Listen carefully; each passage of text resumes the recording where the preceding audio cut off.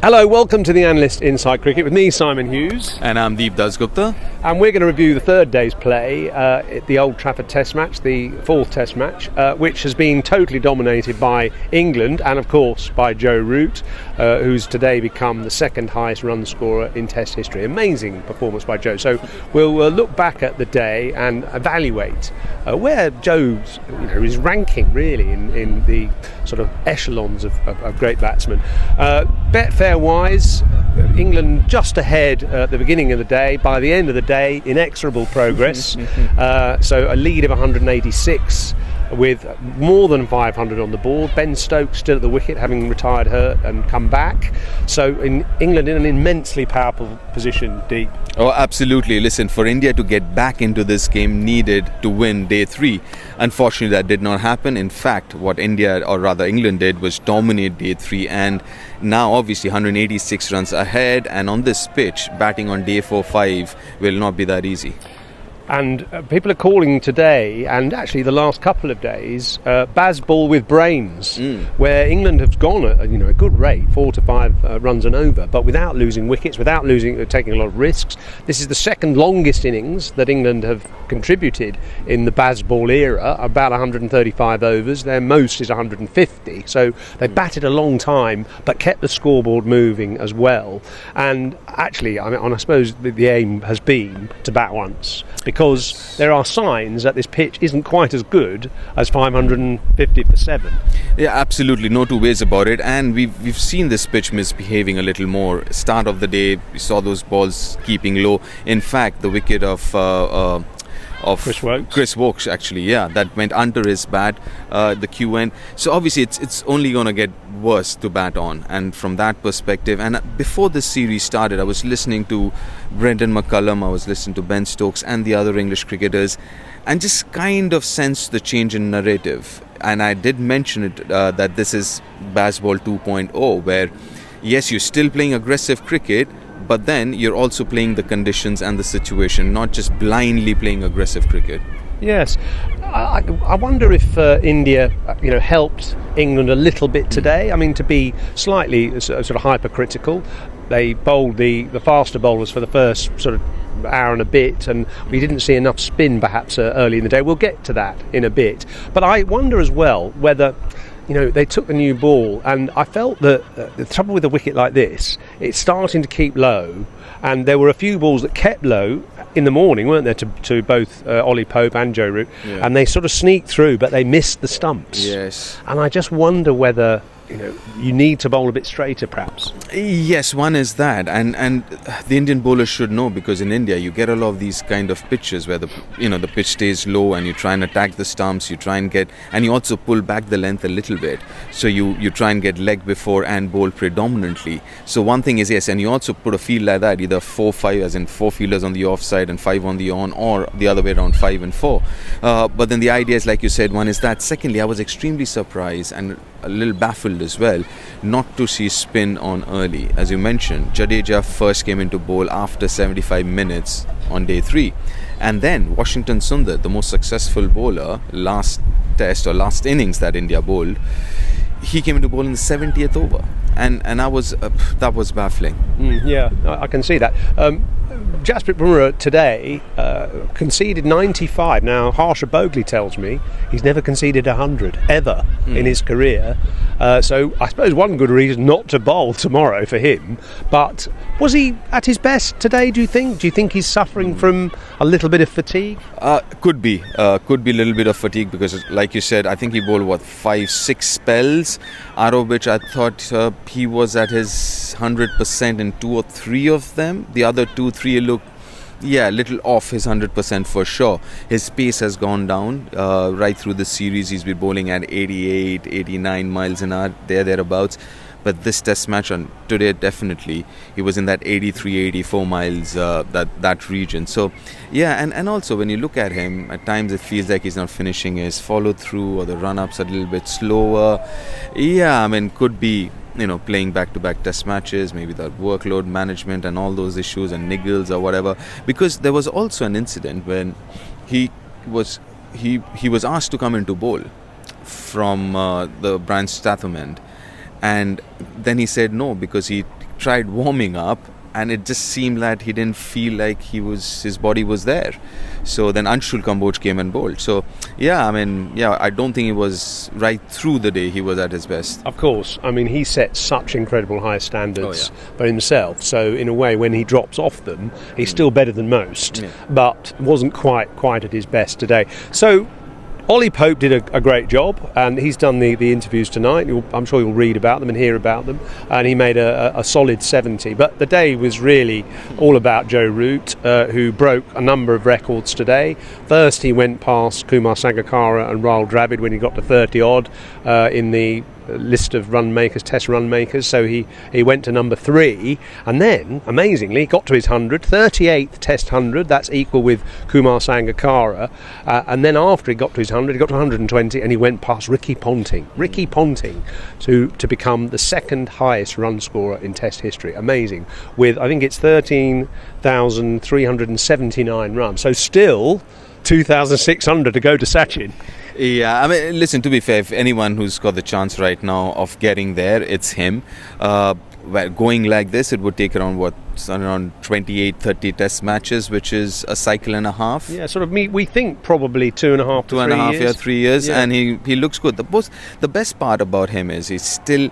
You can see that enjoyment in his batting. You know, after playing for so long and being at the top for so long, at times you see players kind of losing that hunger or that enjoyment in the game, but you look at him bat, he's always got a smile, he makes it look easy before you realize he's batting on 30, because his foundation of his innings has always been singles, and he's so difficult to keep quiet. I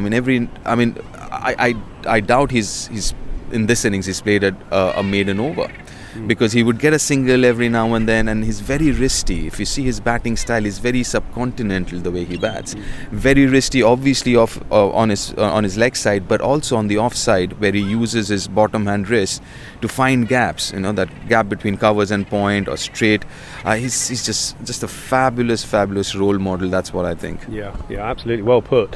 Now, I thought I'd ask a man who passed 10,000 runs the first time in history, Sunil Gavaskar. I thought I'd ask him for his thoughts on Joe Root. One other stat, by the way, 21 hundreds in the last 3 and a bit years, which is more hundreds than the likes of Graham Gooch, David Gower, Andrew Strauss, Len Hutton made in their entire career. And Root has made 21 test hundreds in the last 3 and a bit years in about 60 test matches. So an incredible record. There's only one man apart from Sachin to talk about this insatiability, and that is Sunil Gavaskar, and this is what he had to say about Joe. I saw him make his debut against India at Nagpur 2012 when he got 75 in the first innings. Looked very compact. It's a good pitch to bat on. There was no turn in it, but his technique looked very good. Played the ball late. Didn't push out at the ball against the spinners, which get batters in trouble in India. And then subsequently, look what he's done all over the world. But the last 3 years or 4 years have been absolutely special. 21 hundreds in, compared to 16 hundreds in the first, 9 years. Well, that's more than some players made in their entire career, isn't it? Exactly. In the last 4 years. Exactly. And that's the reason why I think he's now right up there amongst the top 2 batters in the world today.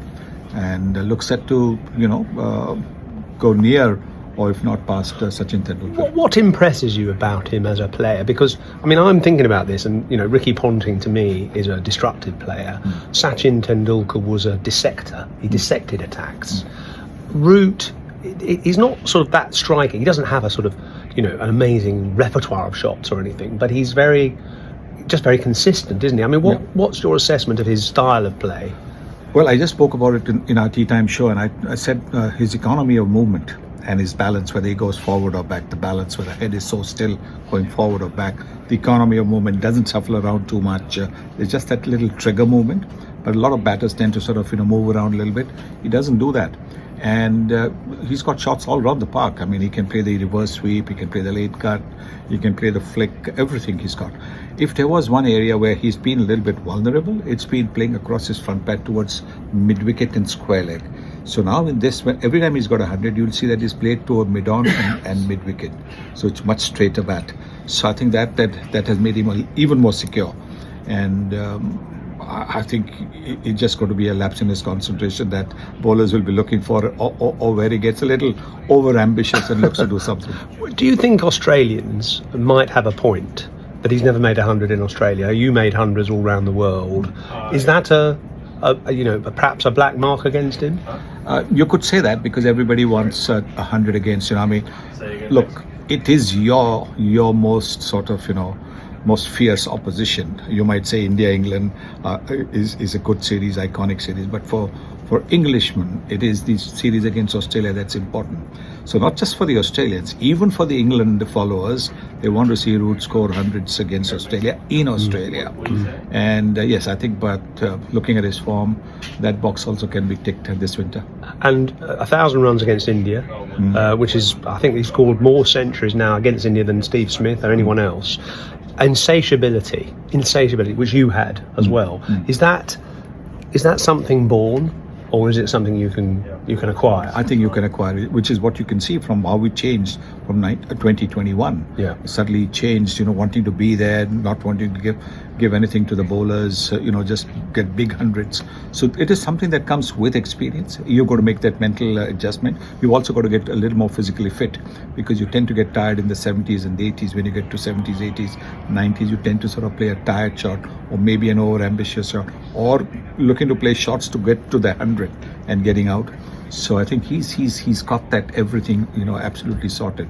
You saw today, for example, 98. He was on 98, and took his time. Took his time. He wasn't fussed about the fact that he hadn't got those 2 runs to get to 100, and the 100 came.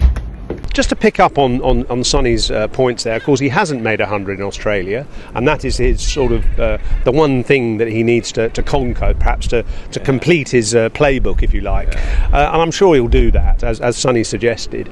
I mean, the brilliant thing about him is, he, as you said, actually, Deep, he's got a simple method. Yeah. He doesn't shuffle about the crease too much. He does has a little bit of trick of movement. He's got a very routine method, 3 little taps on the ground and then bat up, ready, and he's very good clearly at refocusing after each ball. He walks away a little bit, comes back, refocuses again, and just does it time after time after time, and basically keeps it quite simple, doesn't he? He works the ball on middle and leg, sort of through the leg side, but not too square, and then he's very good outside off stump. So it really makes him quite hard to contain. I mean, he's not a batter like Ricky Ponting. I'm trying to think of the top 3 now in the world in Test history. Sachin Tendulkar, who to me dissected bowling attacks. He was like a surgeon, really.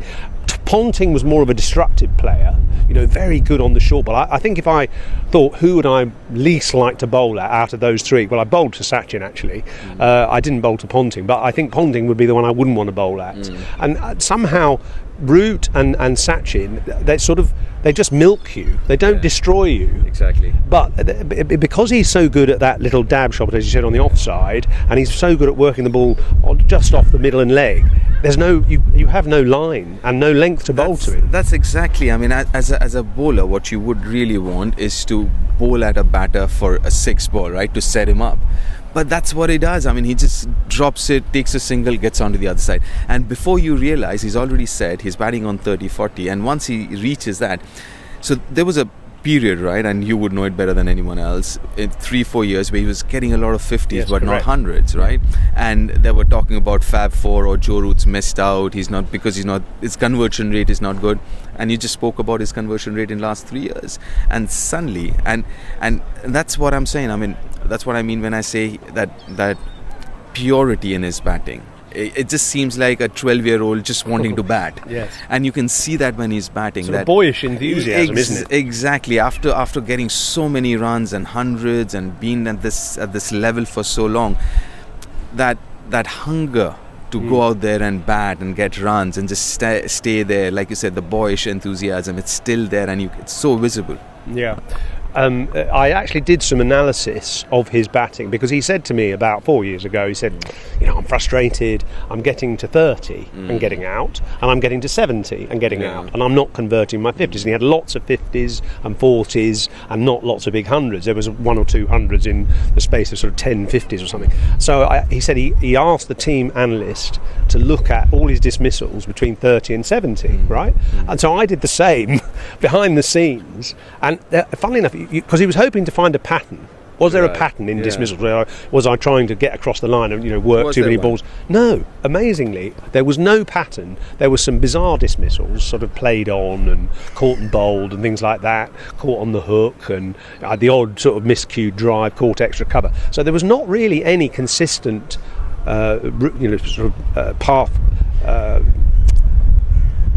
Flaw. There was no consistent flaw in his method. So I figured out, and probably he did as well, it was a mental thing. Yeah. It was just maybe at 40 or 70 he just relaxed a bit and he tried to do a few different things instead of just sticking to his method. Yeah. And I think that's what he realised. Stick to your method, just play, and the runs will come. And they have. They've flowed. There's no two ways about it. But the other thing that you mentioned is about, at times when you're trying too hard, you don't get it, right? It can be kind of a quicksand kind of a situation. The harder you try, the difficulty it is for you to get out of it. But also that when I talk about that boyish enthusiasm, is just wanting to bat and not worry about scoring runs. It's just wanting, because at times you do figure out, and if you're batting well and you stay there for long enough, the runs will come. So you're actually not batting to score runs, but you're just batting because you want to bat.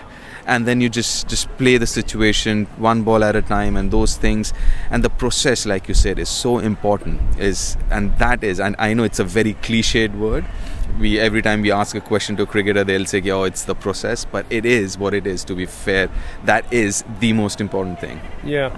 Another lovely thing about Joe Root is that he's just a clubman at heart. And when I say that, I mean someone who he's not a flamboyant show off. When he gets these milestones, he just does a sort of little kind of wink and a little thumbs up sort of thing. He doesn't do any kind of grand celebrations very often. And at home, I heard this story about Joss Butler, who was looking around for some practice and I think was staying in the area. And they went to the club. Joe's club is Sheffield Collegiate, which is a nice little club in Sheffield. And the nets were being repaired or something, so they practiced in the street. They had a little game of practice. They hit a few balls in the street, which is exactly what I love about Joe. Actually, he's just such a natural, normal guy. And also what you said, just wanting to play cricket. So if he's not playing for England, he'll try and figure out where else can he go and play. He'll go play first class cricket. He'll go play for Yorkshire. If not, he'll go play South Africa. He'll go somewhere else. He just wants to play cricket, and I think that's a great learning for the next generation.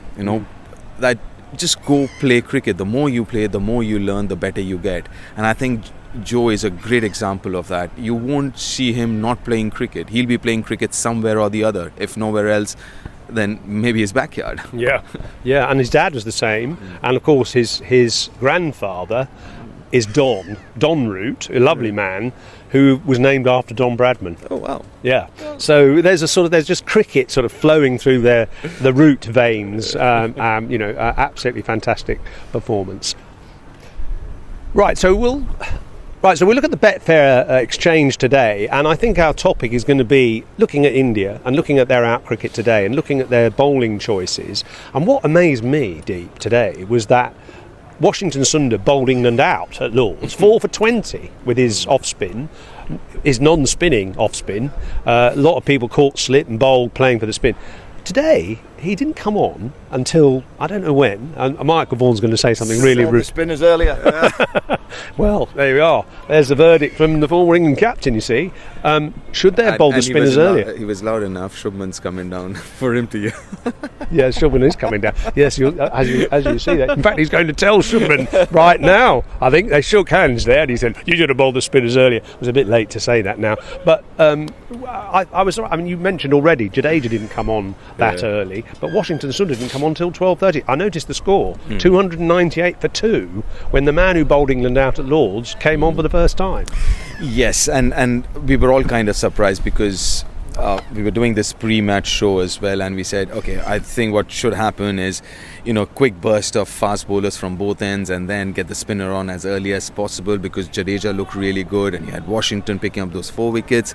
And this pitch, again, my point is, even though I know this is Manchester and all of that, but the conditions were very Indian. The pitch was very Indian, cracks appearing, staying little low.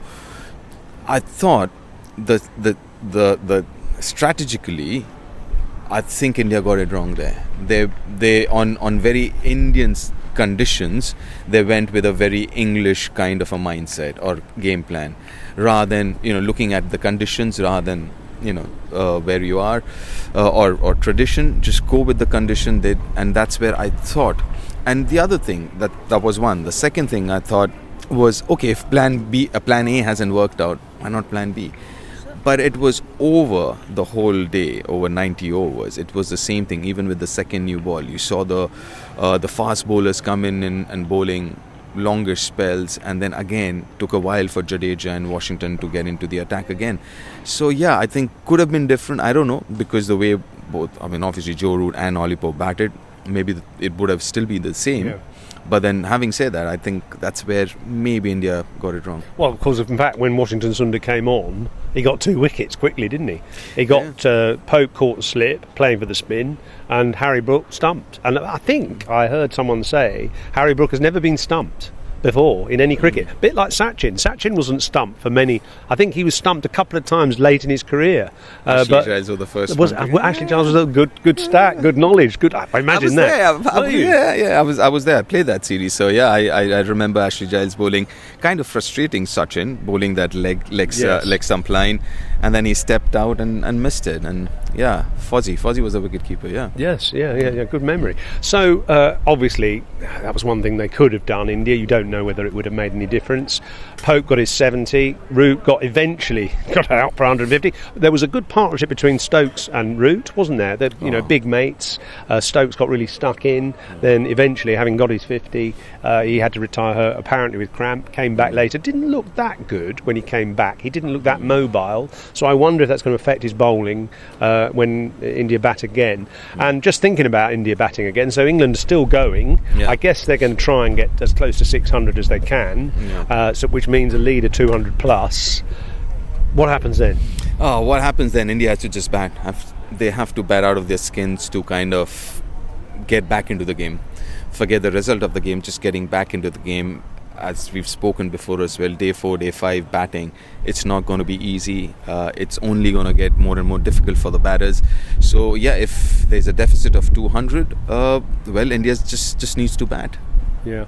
Well, good luck to them. The ratings and the odds and so on now stand at 81% for England to win, just 3% for India to win. It's going to be a tall order, and there's a little bit of rain around possibly on the next couple of days. 17% on the draw, and odds-wise, the Betfair odds, England 1-6 to win, and India, I'm afraid, 35 to 1. And if you want a little bit of a sort of an extra bet here, England to win by an innings, 5-2. I mean, it's not going to be easy batting last, is it? Well, I say batting last, batting on the 4th day. Yes. Sort of after lunch, you sort of feel you might get a few, Richie Benno used to call gazunda balls, hitting you on the toe. Yeah, shooters, there might be, yes. There is a possibility of that. And there is a possibility, and that's where I think that Bazball 2.0 is been really good.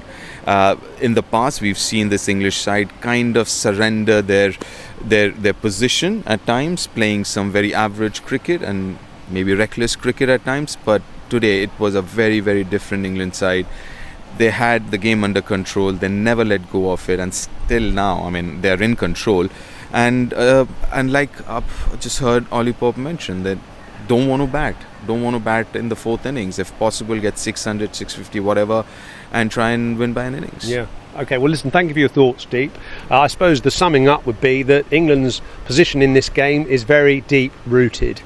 We'll be back to cover the 4th day's play to see if there's a conclusion. I hope India fight back, by the way. I'd love to see a 2-2 scoreline at the Oval, but that prospect looks as if it's receding by the day at the moment. Anyway, thanks for listening, and babe, don't forget, by the way, if you want to bet, you have to be 18 and over, and please gamble responsibly.